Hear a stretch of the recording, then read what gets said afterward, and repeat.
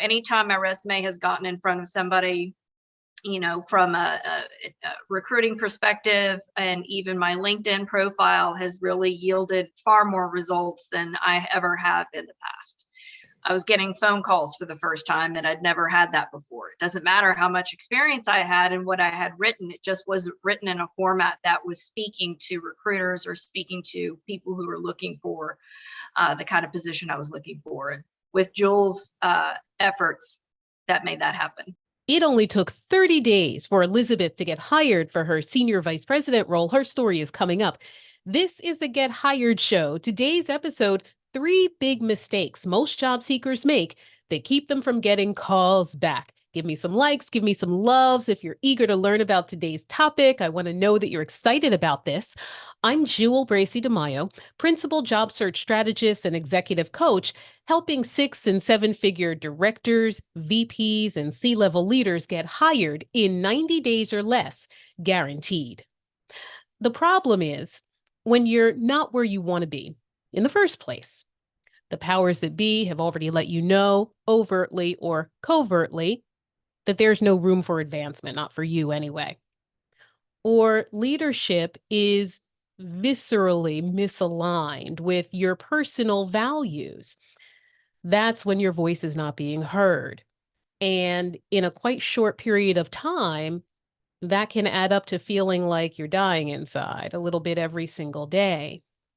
Career stagnation is disheartening, realizing that the professional growth you envisioned has hit a roadblock.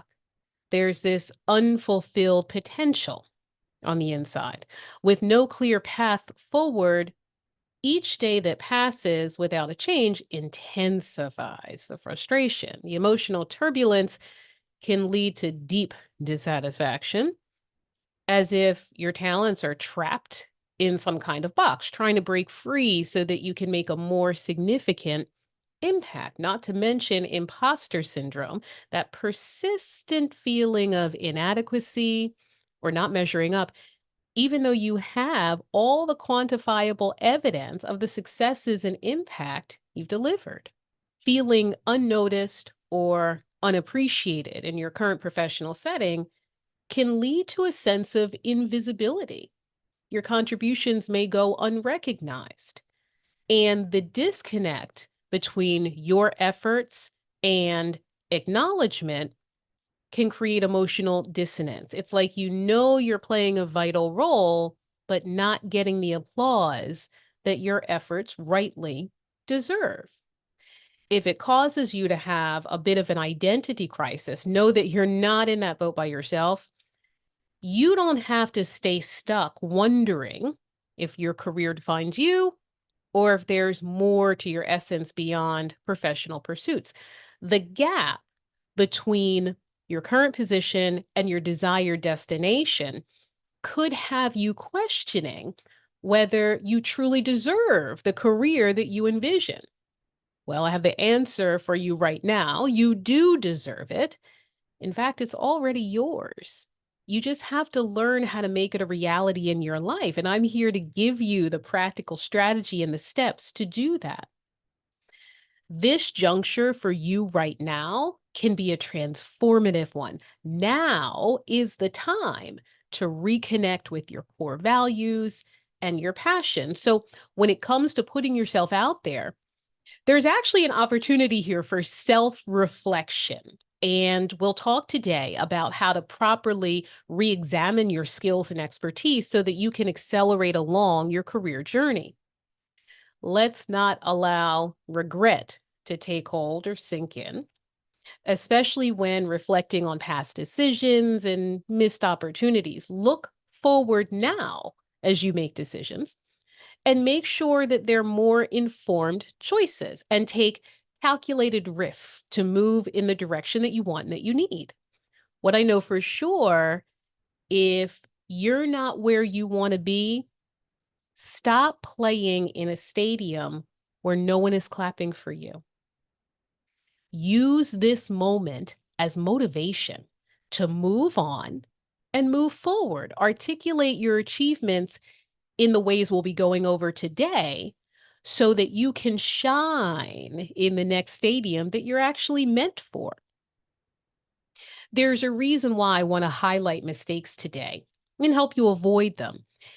In the competitive landscape, you have to be aware of what not to fall victim to so that you can move forward consistently and actually secure opportunities. Now, feel free to drop your thoughts in the comments if you believe you may have already fallen victim, because we're going to fix that today.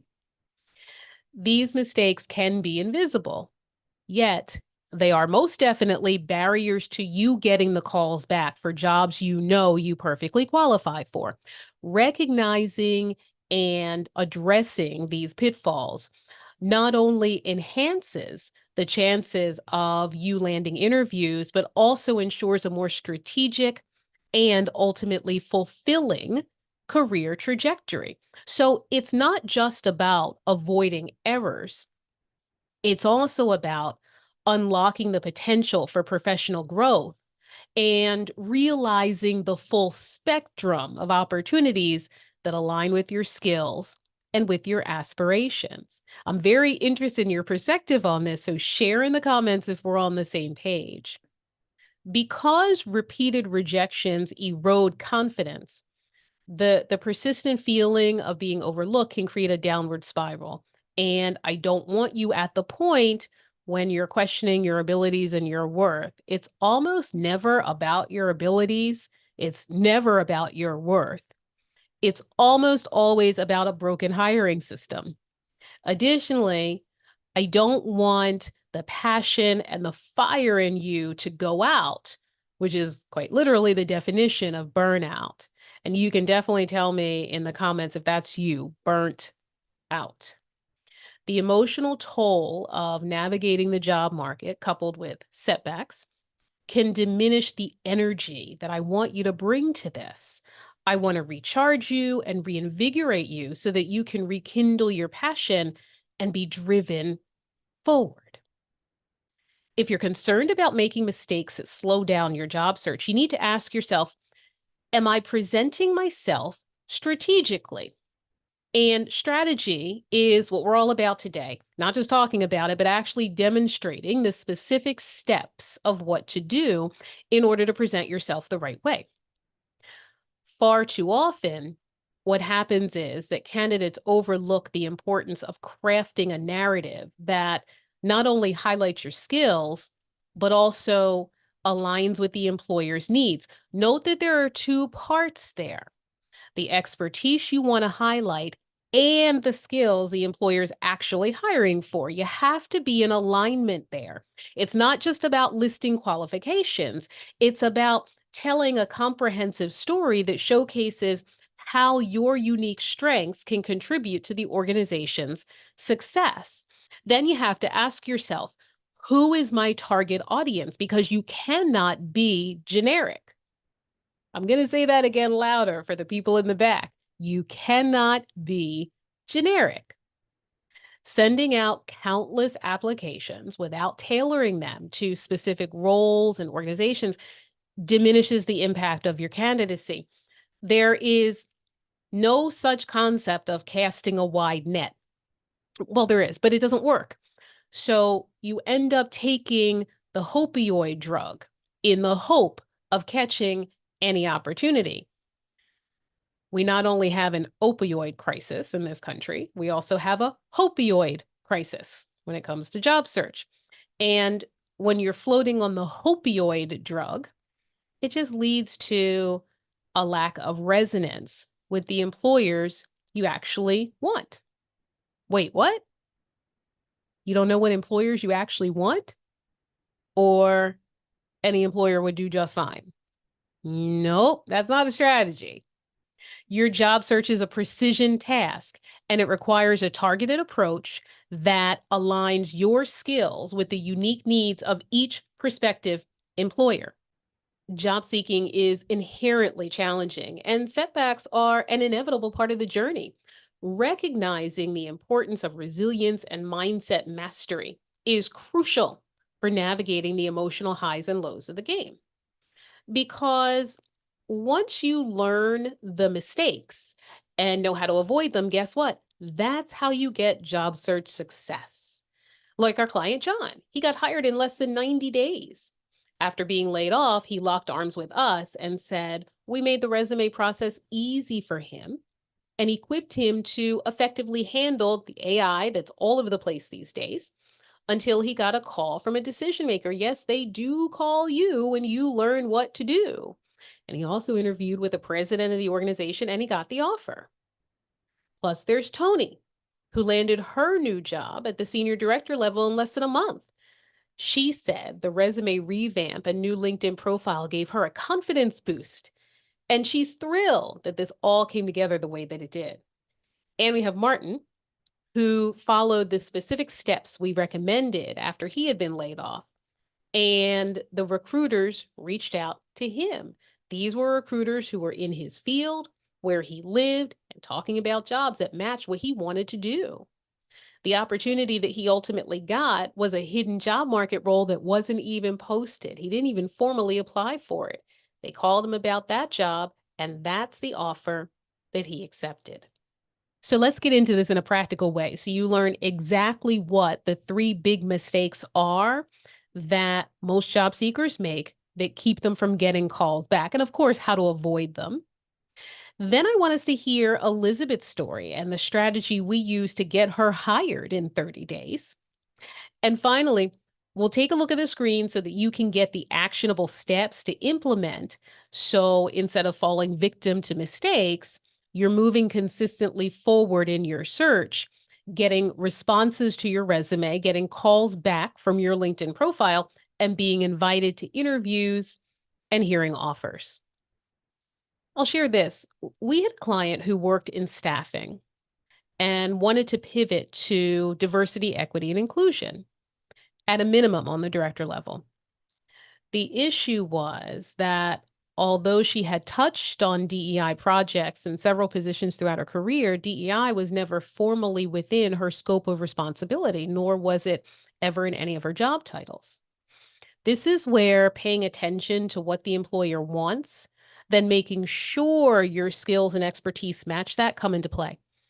It's not just a matter of listing your skills and expertise and expecting the employer to connect the dots. No one is connecting the dots for you. Picture this in your mind.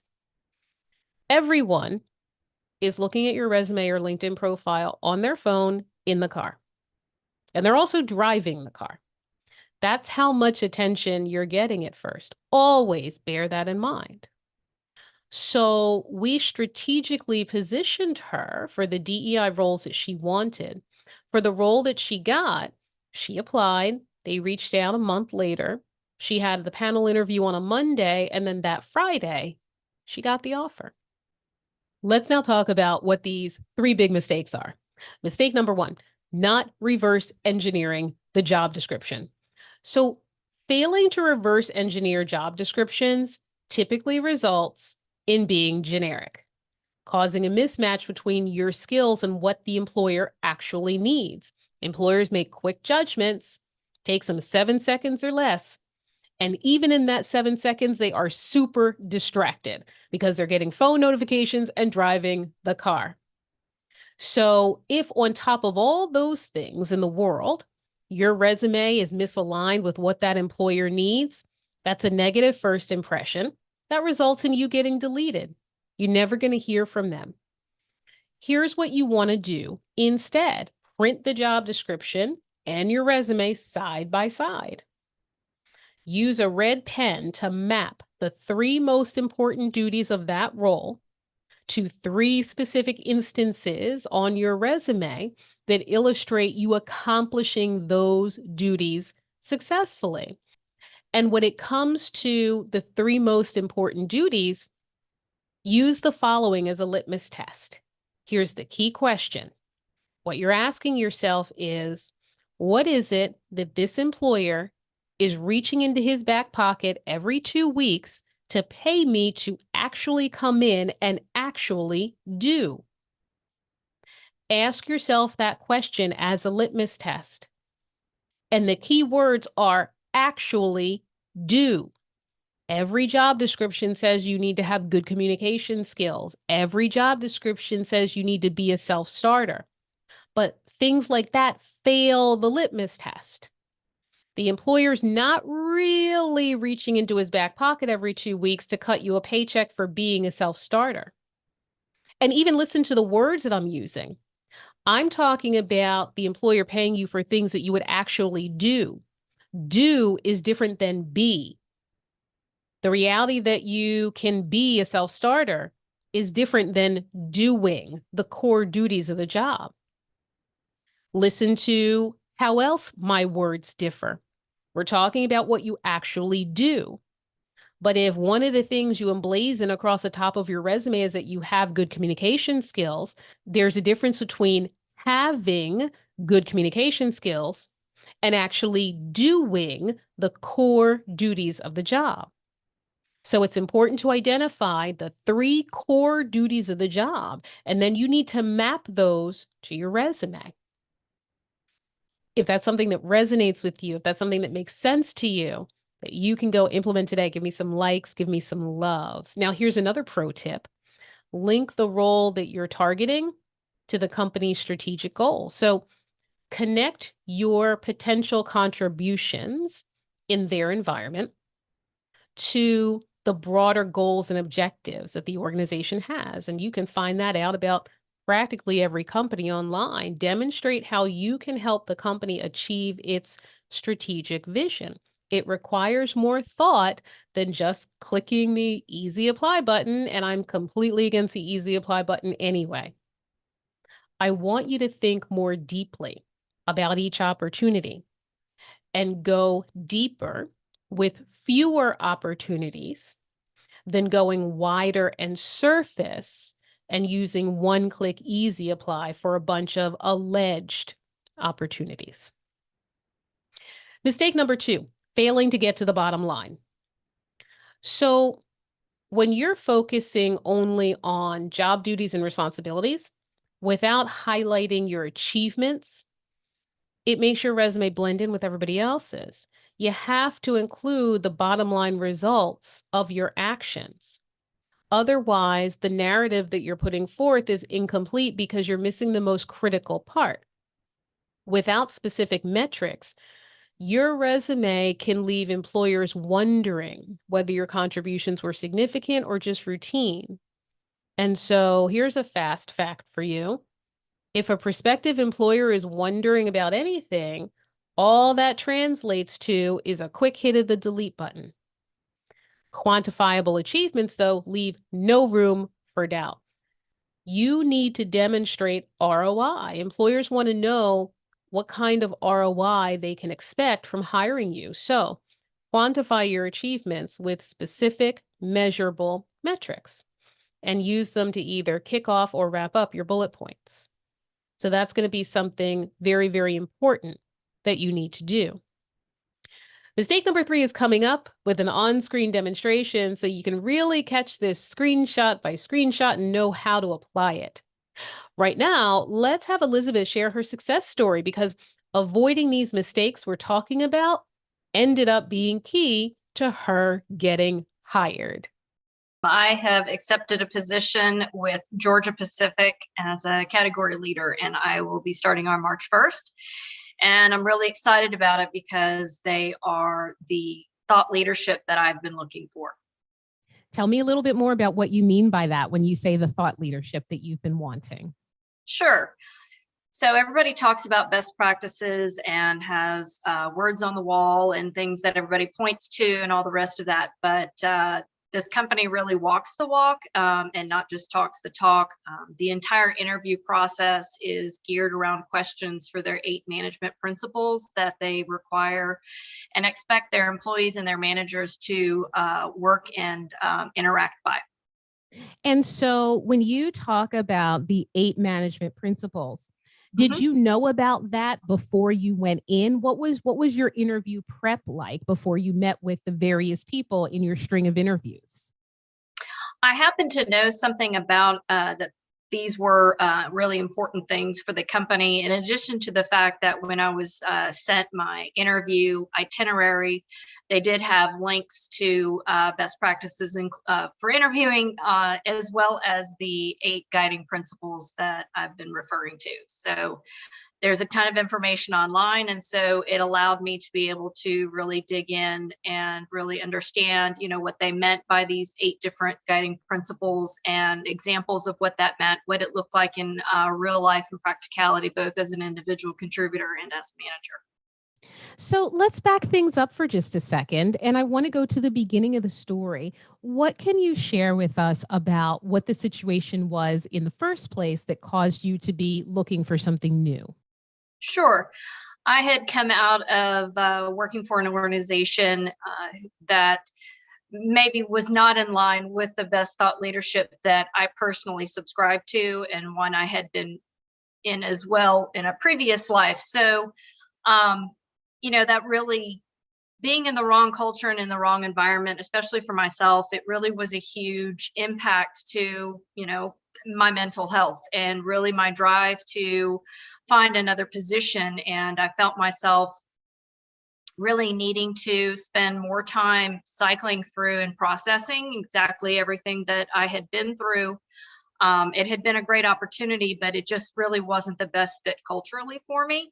And I greatly underestimated the amount of time and the impact of what I had gone through and what I needed to do in order to be able to successfully put myself out there, especially when it came to interviews, to really show my best self. And so that I've already, gone through all of that stuff, and that didn't play as much of a factor in my interviewing process. And I was able to land a position with a company that I respect.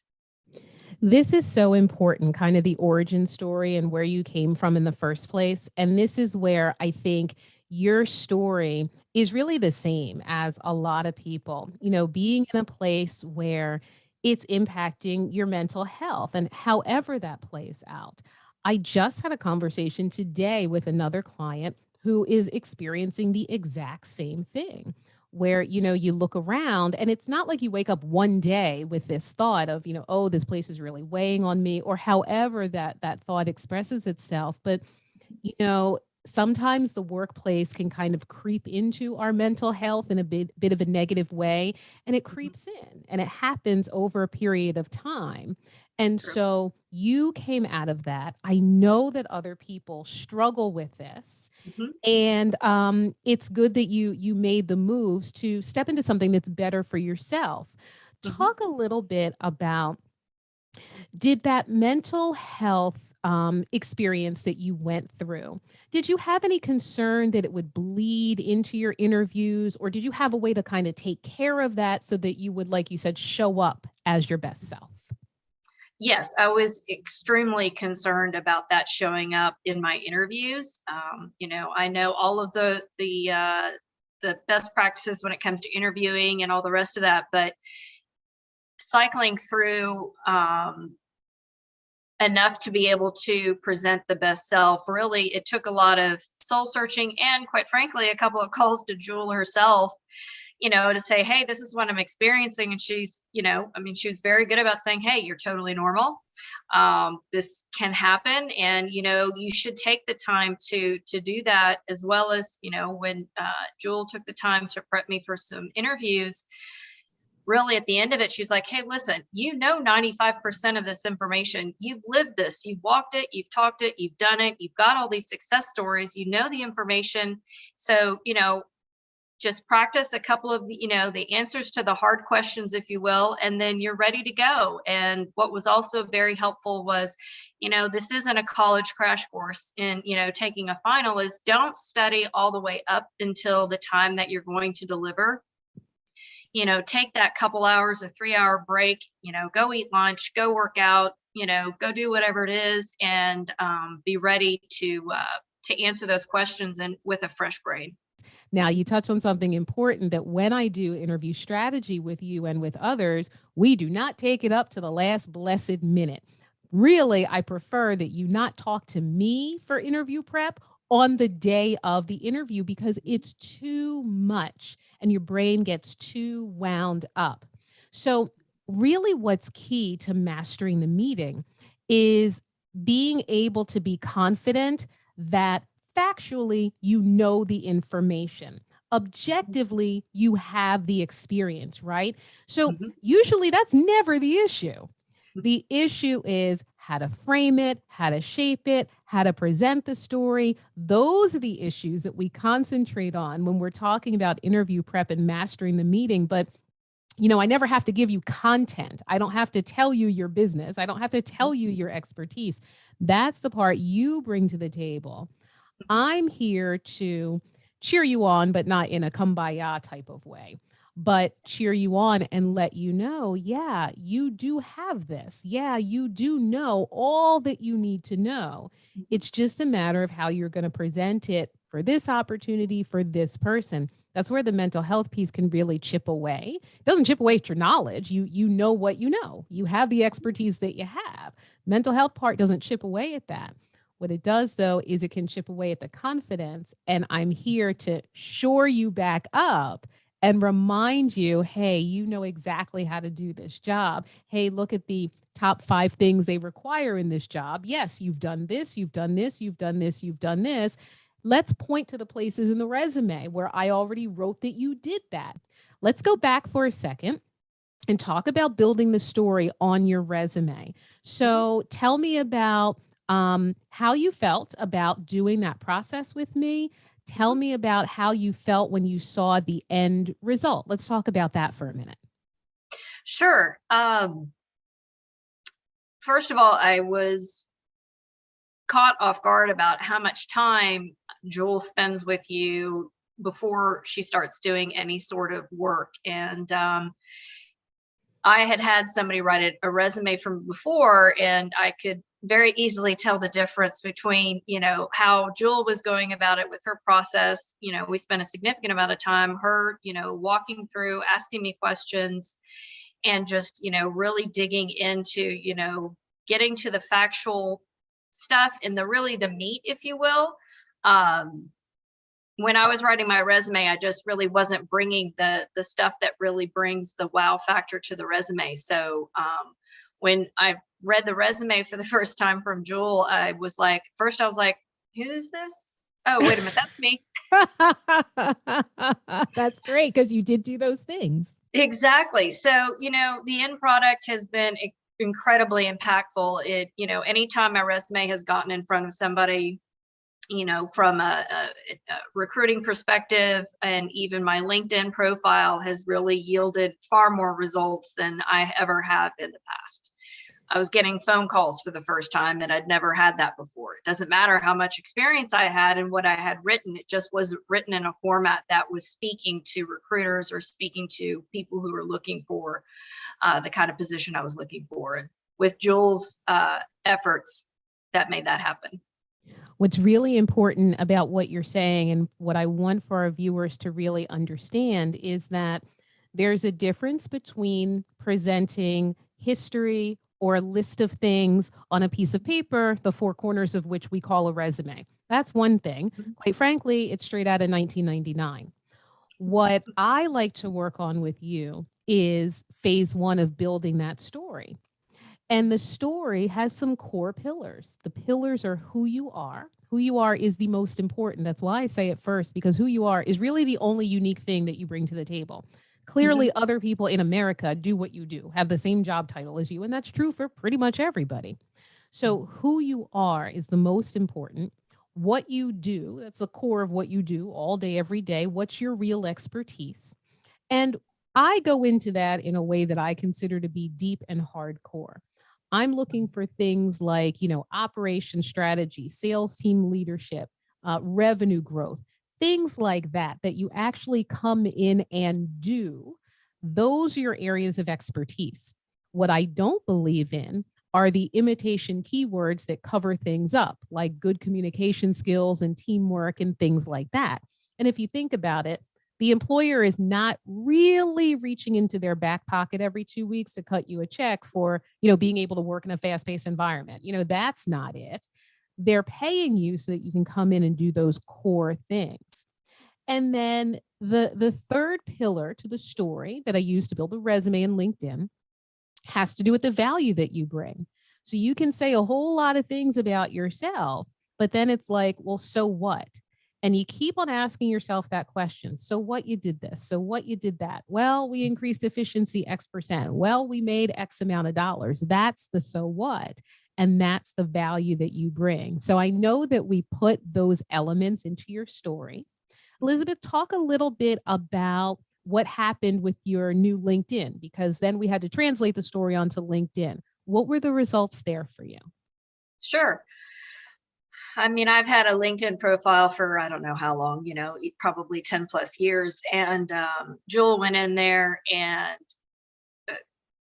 I guess just put in exactly was going to be the most impactful stuff. None of the fluff. It wasn't a copy paste of my resume, which is what I'd always done and anybody else I'd ever known. And so the impact of that is I was getting phone calls from recruiters on a regular basis. I'd gotten 0 phone calls previously. So having a lot of recruiters, and not only were they calling me and contacting me through LinkedIn, it was for positions that were at the level and of the interest that I was looking for. It wasn't just the franchisee opportunity or a position that was, significantly off base. They were targeted job inquiries by recruiters. So I can't say enough about my LinkedIn profile and the results that Jewel was able to get for me. We're going to hear part 2 of Elizabeth's story in our next episode. Elizabeth transformed her job search by initiating that first crucial step. The very same initial step that I encourage you, friends, to take advantage of, the new job game plan. What we do is hold a free new job game plan with you, and you can get it by going to 90dayoffer.com/game plan. Your new job game plan is with me or the team, so here's what we're going to talk about. What's going on in your current job search situation now, why you're searching right now, what's put you out into this job market, how the search is going, and how we may be able to help. It's important for us to be able to hear about your story and hear about your situation in order to recommend what will be helpful for you. 90dayoffer.com/game plan is the place to go. New job game plan takes about 15 minutes. We'll answer all the questions that you have and probably the ones you hadn't even thought to ask. Let's get back into it. Mistake number 3, not clarifying what you want to get hired to do. The clearer you are about what you want, the faster your brain will execute the steps to get it.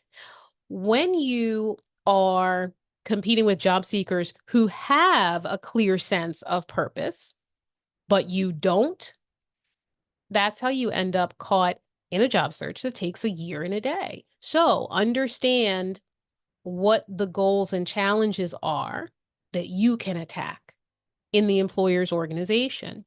You need to know what makes you happy and fulfilled in your work. Otherwise, you're ending up wasting your time, your energy, your resources on applying for jobs that are not right for you, which can ultimately mean that you end up settling for less than what you deserve. So create a clear vision in your mind's eye of your ideal role, company, and culture. Know the skills and values and passions that you have to offer. Avoid this trap of presenting yourself as a jack of all trades, because without a clear career objective, what you risk is coming across as unfocused, and you're not going to stand out to potential employers. So let's talk about what goes into articulating a clear value proposition so the employer can easily understand how you bring value to their organization. Let's use this procedure as a surefire way to know what skills we want to emphasize in order to attract an employer's attention. So we'll take as an example this director of communications job.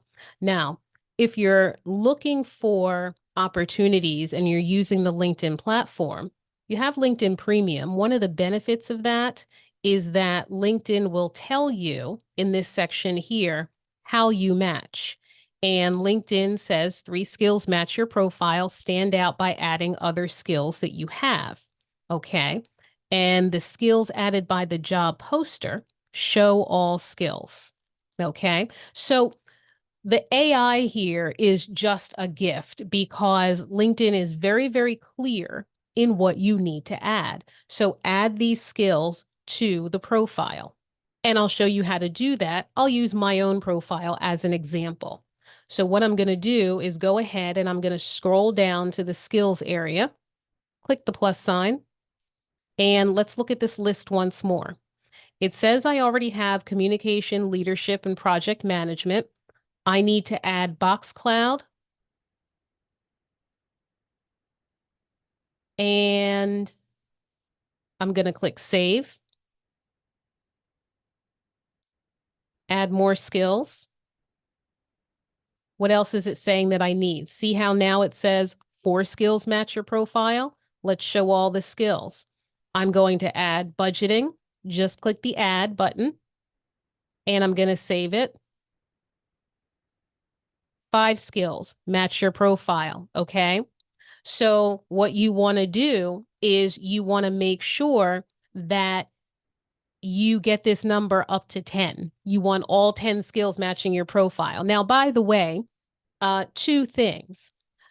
Number 1, let's open this up again, actually.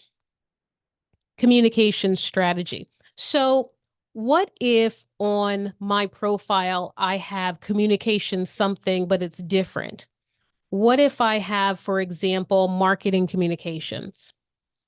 So this is AI. Artificial intelligence doesn't know that things could be similar. They don't know about AI doesn't know about synonyms or anything like that. You have to add exactly what LinkedIn says, the way LinkedIn says it.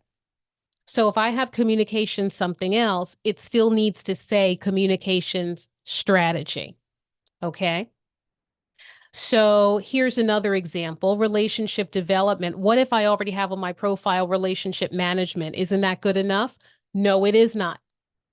What I need to do is add relationship development.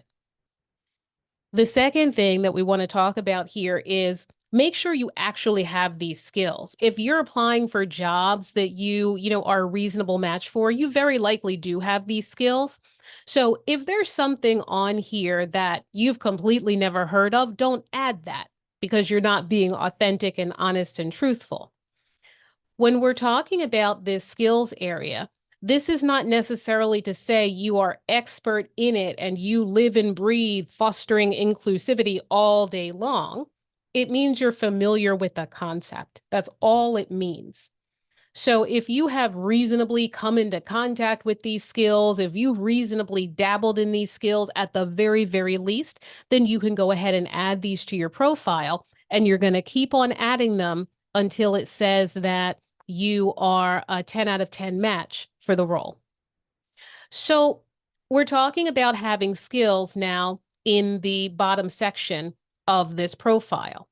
Let's also talk about how this looks when you have skills at the top of your profile. This is a different example, but here is what I call a skyline headline: VP of Product Development Management, and Operations with expertise, technical product management, product innovation, commercialization and launch of AI, ML, data and cloud solutions. I ask why a lot. That's an expansive skyline headline. So the first thing that you want to do is make sure that you're taking full advantage of all the character space that LinkedIn gives you. And that's exactly what we did here for Jamie.